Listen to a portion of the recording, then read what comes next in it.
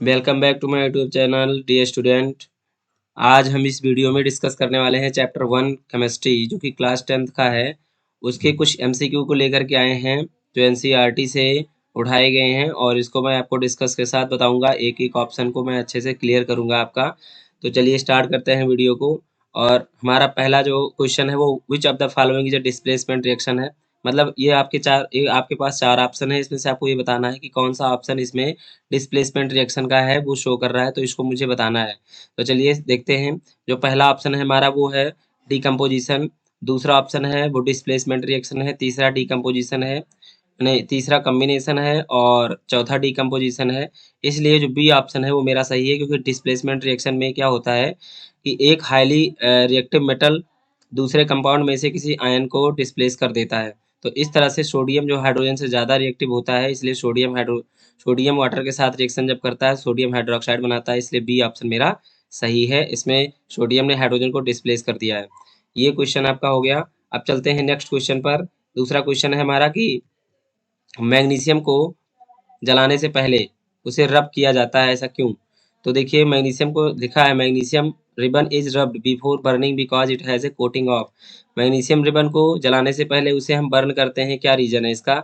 इसका रीजन यह है क्योंकि मैग्नीशियम एक हाईली रिएक्टिव मेटल होता है। इसको यदि हम ऑक्सीजन के कांटेक्ट में रखते हैं तो धीरे धीरे मैग्नीशियम का ऑक्साइड बना लेता है, जो कि बेसिक नेचर का होता है। इसलिए हमारा जो बी ऑप्शन है वो इसमें करेक्ट है। बेसिक जो मैग्नीशियम ऑक्साइड होता है वो जलने में जो है वो बाध्य करता है। तो इसलिए मैग्नीशियम ऑक्साइड को हमें हटाने के लिए मैग्नीशियम रिबन को पहले रब करना पड़ता है, ताकि उसके ऊपर जो लेयर चढ़ी है ऑक्साइड की वो हट जाए और मैग्नीशियम हमारा अच्छे से जल सके। चलते हैं अगले क्वेश्चन की तरफ। अगला क्वेश्चन है हमारा थर्ड नंबर का। Which of the following statement about which of the following statement about the given reaction are correct. मतलब इनमें से कौन सा जो है ये आपका आयरन का वाटर के साथ रिएक्शन है, और इसमें से आपको चार ऑप्शन दिए, इनमें कौन कौन सा सही है। तो पहली बात देखो, iron metal is getting oxide, ये हमारा सही है, क्योंकि आयरन वाटर के कांटेक्ट में आता है तो ऑक्सीडाइज होने लगता है, पहला सही है। Water is getting reduced, water भी रिड्यूस हो रहा है, ये भी सही है। Water is acting as a reducing agent, no, water is acting as a oxidising agent, ये ऑप्शन मेरा गलत है, क्योंकि जो रिड्यूस होता है वो ऑक्सीडेशन एजेंट होता है। तो इसमें जो है आपका water is acting as reducing agent, ये रॉन्ग हो गया, और water is acting as a oxidising agent, ये सही है। इसमें हमारा तीन ऑप्शन सही है, फर्स्ट सेकंड एंड थर्ड। तो इसमें फर्स्ट सेकंड एंड थर्ड हमारा ऑप्शन ए है। इसमें गलती से जेड लिख गया है टाइप करते हुए, यहाँ पर सेकंड होना चाहिए। तो हमारा first second and third option सही है, क्योंकि आयरन ऑक्सीडाइज हो रहा है, वाटर रिड्यूस हो रहा है, और वाटर एक ऑक्सीडाइजिंग एजेंट है। इस तरह से इस क्वेश्चन के तीन ऑप्शन आपके करेक्ट हैं। अब चलते हैं हम अगले क्वेश्चन पर। हमारा अगला क्वेश्चन है कि which of the following are exothermic process. मतलब इनमें से कौन सा एक्सोथर्मिक प्रोसेस है? Reaction of water with quicklime. Exothermic process क्या होते हैं? ऐसा रिएक्शन जिनमें से हीट एनर्जी निकलती है, उसको बोलते हैं एक्सोथर्मिक प्रोसेस। तो reaction of water with quicklime, यानी जब क्विकलाइम CaO वाटर से रिएक्शन करता है तो ये बनाता है CaOH का होल टॉएच। ओके, और इसमें से लार्ज अमाउंट में हीट एनर्जी निकलती है, जैसा कि आपने जरूर देखा होगा। जब हम चूने के पत्थर को पानी में डालते हैं तो पानी हीट हो जाता है, और फिर वो धीरे धीरे कैल्शियम हाइड्रोक्साइड रिएक्शन करके बनाता है। तो इस तरह से फर्स्ट ऑप्शन आपका सही है। और पढ़ना पड़ेगा कि डाइल्यूशन ऑफ एसिड बिल्कुल है। जब हम एसिड का डाइल्यूशन करते हैं तो उसमें से हीट एनर्जी निकलती है, क्योंकि एसिड जब वाटर के कांटेक्ट में आता है तो उसमें से हाइड्रोजन आयन बाहर निकलते हैं, जो कि हीट होता है वो। तो इस तरह से दूसरा ऑप्शन भी आपका सही है। इवापोरेशन ऑफ वाटर ये गलत है। सब्लिमेशन ऑफ कैम्फर ये भी गलत है, क्योंकि सब्लिमेशन ऑफ कैम्फर का सब्लिमेशन होना कोई एक्सोथर्मिक प्रोसेस नहीं होता। तो इस तरह से हमारा दो ऑप्शन सही है, first and second. Option number A is the right answer of this question. Let's move the next question. हमारा क्वेश्चन है अगला कि ऑक्सीडेशन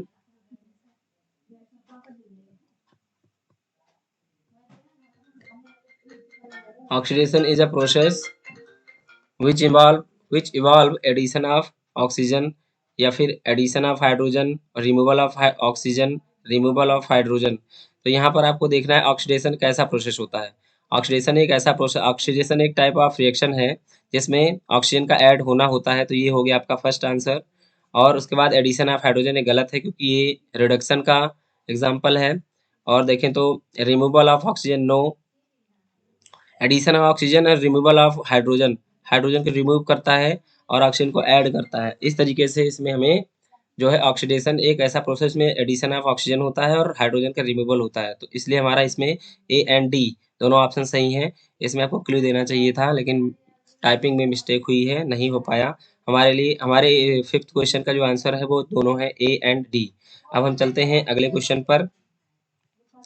जो हमारा अगला क्वेश्चन है वो है the process of reduction evolve. अभी मैंने बताया आपको रिडक्शन क्या होता है। एडिशन ऑफ ऑक्सीजन गलत हो गया क्योंकि ये ऑक्सीडेशन होता है। एडिशन ऑफ हाइड्रोजन ये सही है। रिडक्शन में हाइड्रोजन ऐड होता है और ऑक्सीजन रिमूव होता है। यहाँ पर आपका दो ऑप्शन सही है। Addition of hydrogen and removal of oxygen is a reduction process. Okay, तो इसमें भी बी एंड सी ऑप्शन आपका करेक्ट है। इसमें भी आपको दो ऑप्शन आपके मिल गए करेक्ट, लेकिन आपके पेपर में दो ऑप्शन करेक्ट नहीं मिलेंगे। आपको क्लू मिलेगा 1 2 या फिर ओनली 1, ऐसे करके क्वेश्चन आपको मिलेगा पेपर में। ठीक है, अब चलते हैं नेक्स्ट क्वेश्चन पर। नेक्स्ट क्वेश्चन हमारा है कि anhydrous 3 beakers labelled A B and C. हमारे पास 3 बीकर है जिसपे ए बी एंड सी लिखा हुआ है और हर एक बीकर में 25 ml ऑफ वाटर लिए गए। स्मॉल अमाउंट ऑफ NaOH मतलब NaOH सोडियम हाइड्रोक्साइड को और कॉपर सल्फेट और NaCl were added to the beaker ABC, मतलब ए में NaOH डाला गया, बी में CuSO4 डाला गया कॉपर सल्फेट, और सी बीकर में सोडियम क्लोराइड डाला गया है। इस तरह से इट वाज ऑब्जर्व दैट ये देखा गया कि an increase in the temperature of solution content beaker A and B. A और बी में जो आपका जो आप वाटर है उसका टेम्परेचर धीरे धीरे बढ़ने लगा, जबकि सी में नहीं बढ़ रहा है। तो इसका मतलब क्या है, आपको क्ल्यू दिया गया है। इसमें आपको बताना है कि in beaker A and B exothermic process has occurred, मतलब करेक्ट है। जिसमें से टेम्परेचर बढ़ेगा उसमें हीट एनर्जी निकलेगी, हीट एनर्जी निकलने का मतलब एक्सोथर्मिक प्रोसेस हो रहा है। In A and B endothermic process है अकॉर्ड नो, एंडोथर्मिक प्रोसेस में हीट देनी पड़ती है, यहाँ पर हमें कोई एनर्जी रिक्वायर नहीं हुई, ऑटोमेटिक हो रहा है। In beaker C exothermic process है अकॉर्ड नो, सी में ना तो एक्सोथर्मिक हो रहा है ना एंडोथर्मिक हो रहा है, इसलिए ओनली 1 आपका ये करेक्ट है। ठीक है, ओनली 1 ऑप्शन इज करेक्ट, क्योंकि बीकर ए और बी में एक्सोथर्मिक हो रहा है। सोडियम क्लोराइड किसी भी टाइप का वाटर के साथ रिएक्शन नहीं करता, इसलिए यहाँ पर only 1 is the right answer. Next question है हमारा, क्वेश्चन हमारा नेक्स्ट है कि give the ratio in hydrogen and oxygen are present in water by volume. आपको ये बताना है कि वाटर के अंदर यानी जो H2O का फार्मूला होता है इसमें ऑक्सीजन और hydrogen volume volume by volume इनका रेशियो कितना होता है। तो इनका पहले मैं रिएक्शन देख लेता हूँ। हाइड्रोजन प्लस ऑक्सीजन ये रिएक्शन करते हैं तो बन जाता है H2O। अब इसे बैलेंस करना पड़ेगा, तो यहाँ पर हमें लगाना पड़ेगा 2 और यहाँ लगाना पड़ेगा 2। अब आप देखिए कि 2 moles of hydrogen gas 1 moles of 1 moles of oxygen combine होकर के 2 मोल्स ऑफ वाटर बनाते हैं। अब इसमें आपसे पूछा है वॉल्यूम बताइए, तो 2 वॉल्यूम इसका हो जाएगा किसका, वाटर का 2 वॉल्यूम, 1 वॉल्यूम ऑक्सीजन का। इस तरह से हमारा आंसर आपका ये हो जाएगा वाटर में 2:1 का, यानी हाइड्रोजन का वॉल्यूम 2 होता है और ऑक्सीजन का वॉल्यूम 1 होता है। ठीक है, ये पूछा था। नेक्स्ट क्वेश्चन हमारा है, नेक्स्ट क्वेश्चन है कि which among the following statement is true. ठीक है, इनमें से कौन सा स्टेटमेंट ट्रू है। Exposure of sodium chloride to sunlight for a long duration turns grey blue, grey due to, मतलब सोडियम क्लोराइड को यदि हम सनलाइट में रख देते हैं तो उसका वो कलर जो है ग्रे हो जाता है, ऐसा क्यों होता है। The formation of silver by decomposition of silver chloride, क्या ये सही है। सिल्वर का फॉर्मेशन होता है, डिकम्पोजिशन रिएक्शन होता है। सब्लिमेशन ऑफ सिल्वर क्लोराइड या फिर decomposition of chlorine gas from silver chloride, oxidation of silver chloride. अब इसमें से हमारे पास जो ऑप्शन है वो है 1, पहला आंसर आपका सही है, थर्ड ऑप्शन आपका सही है, क्योंकि the formation of silver, silver form होता है, डिकम्पोजिशन होता है सिल्वर क्लोराइड का, और decomposition of chlorine, chlorine gas decompose होती है क्योंकि सिल्वर क्लोराइड उसमें सिल्वर क्लोराइड का डिकम्पोजिशन होता है। तो इसमें आपका आंसर हो जाएगा 1 एंड 3, यानी 1 एंड 3 ये आपका सही है। ठीक है, चलते हैं नेक्स्ट क्वेश्चन पे, और नेक्स्ट क्वेश्चन हमारा है कि यहाँ पर MnO2 मैग्नीज ऑक्साइड HCl के साथ रिएक्शन करती है तो क्या बनाती है, H2O MnCl2 MnCl2। तो इस तरह से आपको ये बताना है कि identify the substance oxidise the above equation, इस इक्वेशन में कौन सा सब्सटेंस ऑक्सीडाइज हो रहा है। ऑक्सीडाइज होने का मतलब मैंने बताया removal of hydrogen and adding of addition of oxygen. अब यहाँ पर मैं मैंगनीज की बात करूँ तो मैंगनीज ऑक्साइड के साथ कांटेक्ट में है और यहाँ पर देखिए मैंगनीज ने ऑक्सीजन को छोड़ा और यहाँ पर क्लोरीन को ऐड किया, तो क्या इसमें कोई ऑक्सीडेशन हो रहा है, नहीं हो रहा है। आगे देखते हैं HCl ने वाटर बना लिया, यानी HCl ने, अब यहाँ पर देखो ऑक्सीडाइज हो रहा है, कौन सा हो रहा है, हाइड्रोक्लोरिक एसिड। आपका आंसर हो जाएगा इसमें HCl। ओके, नेक्स्ट क्वेश्चन है, नेक्स्ट क्वेश्चन अब आपका है, substance X is used in whitewashing and is obtained by heating limestone in the absence of air। Air की अनुपस्थिति में व्हाइट वॉशिंग के साथ X कोई सब्सटेंस है उसको ऐड करते हैं, तो X क्या है, X क्या है, आपको क्या मिलता है जब कोई सब्सटेंस X जो है व्हाइट वॉश के साथ बिना नहीं व्हाइट वॉशिंग में जो है ऐड किया जाता है in the absence of air, तो वो आपका आंसर हो जाएगा CaOCl2, कैल्शियम ऑक्सीक्लोराइड बन जाता है, कैल्शियम हाइपोक्लोराइड भी बोलते हैं इसको, ब्लीचिंग पाउडर का फार्मूला है। यानी जब लाइम स्टोन में हम क्लोरीन गैस को यूज करते हैं व्हाइट वाश में तब वो बन जाता है सोडियम क्लोराइड। इसका रीजन भी है, देखिए कैल्शियम कार्बोनेट को हीट करते हैं CaO बनता है, लाइमस्टोन को क्विक लाइम को अगर हम हीट करते हैं तो यहाँ पर हमारे पास जो है CaOH का होल्ट वाइज मिल जाता है, और CaOH का होल्ट वाइज में क्लोरीन गैस अगर ऐड करते हैं और उसे हीट करते हैं in the absence of oxygen तो हमें मिलता है ब्लीचिंग पाउडर। तो इसलिए हमारा ऑप्शन सही होगा ब्लीचिंग पाउडर का। आप चलते हैं नेक्स्ट क्वेश्चन पे। हमारा नेक्स्ट क्वेश्चन है when Ag expose to air it gets a black coating. जब सिल्वर को एयर में एक्सपोज करते हैं तो उसके ऊपर ब्लैक कोटिंग आ जाती है, यानी सिल्वर क्लोराइड बना लेता है, सिल्वर ऑक्साइड बना लेता है। अब इसमें से देखना है कि इनमें से सिल्वर ऑक्साइड का फार्मूला कौन सा है, क्योंकि सिल्वर को ऑक्सीजन के कांटेक्ट में रखने पर वो ऑक्साइड बनाता है।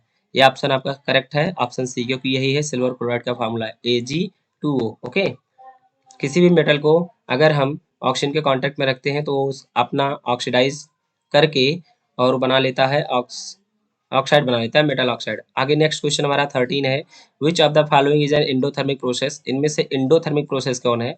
तो इंडोथर्मिक प्रोसेस क्या होती है पहले तो ये जान लेते हैं। इंडोथर्मिक प्रोसेस ऐसी प्रोसेस होती है जिसमें कोई भी टाइप्स किसी भी टाइप्स की एनर्जी को रिक्वायरमेंट होता है रिएक्शन कराने के दौरान, तो dilution of sulphuric acid, no energy required, इसका मतलब इसमें कोई भी एनर्जी रिक्वायर्ड नहीं होती है, ये एंडोथर्मिक प्रोसेस नहीं है। Sublimation of dry ice, sublimation of dry ice में कोई एनर्जी नहीं लगती। उसके बाद condensation of water vapour, respiration in human beings. अब देखिए रेस्पायरेशन इन ह्यूमन बींग्स ये है एक प्रकार का जो रेस्पायरेशन होता है ह्यूमन बीइंग में वो इंडोथर्मिक भी होता है एक्सोथर्मिक भी होता है, इसलिए आपका ये आंसर ऑप्शन आपका करेक्ट है। ठीक है, कुछ हद तक देखें तो सब्लिमेशन ऑफ ड्राई आइस भी सही है, क्योंकि ड्राई आइस को अगर हमें सब्लिमेट कराना है तो उसको हम बाहर रखेंगे तो एक प्रकार का एनर्जी ही मिली उसके ऊपर, लेकिन उससे ज़्यादा बेहतर है respiration in human beings. Human beings एक इंडोथर्मिक है और एक्सोथर्मिक दोनों प्रोसेस है, तो इसमें सही जाएगा respiration। In the double displacement reaction between aqueous potassium iodide and aqueous lead nitrate, a yellow precipitate of lead iodide is, मतलब पोटेशियम आयोडाइड का रिएक्शन लेड नाइट्रेट के साथ जब होता है तो येलो प्रिसिपिटेट बनता है लेड आयोडाइड का। लिखा है वाइल परफॉर्मिंग द एक्टिविटी, जब हम एक्टिविटी कर रहे होते हैं अगर लेड नाइट्रेट अवेलेबल नहीं है तब क्या ले सकते हैं। तो ये थोड़ा क्वेश्चन कम्प्रीहेंसिव है, समझना है। पोटेशियम आयोडाइड वाटर में सोल्यूबल होता है, ठीक है, लेड नाइट्रेट वाटर में सोल्यूबल नहीं होता, यानी लेड नाइट्रेट वाटर में सोल्यूबल नहीं है, पोटेशियम आयोडाइड, लेड नाइट्रेट और पोटेशियम आयोडाइड का जो रिएक्शन है वो हो जाता है तो येलो प्रिसिपिटेट बन जाता है लेड आयोडाइड का। लेड आयोडाइड वाटर में सोल्यूबल नहीं होता, इस तरीके से पीपीटी बनता है। अगर लेड नाइट्रेट नहीं है तब इसमें से क्या लेंगे पोटेशियम आयोडाइड के साथ रिएक्शन कराने के लिए, तो लेड सल्फेट ले सकते हैं या लेड एसीटेट ले सकते हैं या पोटेशियम नाइट्रेट ले सकते हैं या पोटेशियम सल्फेट ले सकते हैं। अब देखिए sorry ammonium nitrate, ammonium nitrate और पोटेशियम सल्फेट, पोटेशियम आयोडाइड में से पोटेशियम सल्फेट डिस्प्लेस नहीं करेगा, इसलिए डी ऑप्शन तो आपका बिल्कुल एलिमिनेट हो जाता है। बचा आपके पास अमोनियम नाइट्रेट, तो अमोनियम नाइट्रेट पोटेशियम आयोडाइड के साथ क्या रिएक्शन करेगा, अगर करेगा तो बनाएगा क्या पोटेशियम आयोडाइड, अब देखिए potassium nitrate, potassium iodide ammonium nitrate के साथ रिएक्शन करता है ऐसे। ये हो गया आपका KI potassium iodide plus ammonium nitrate. अब मैंने अमोनियम नाइट्रेट ले लिया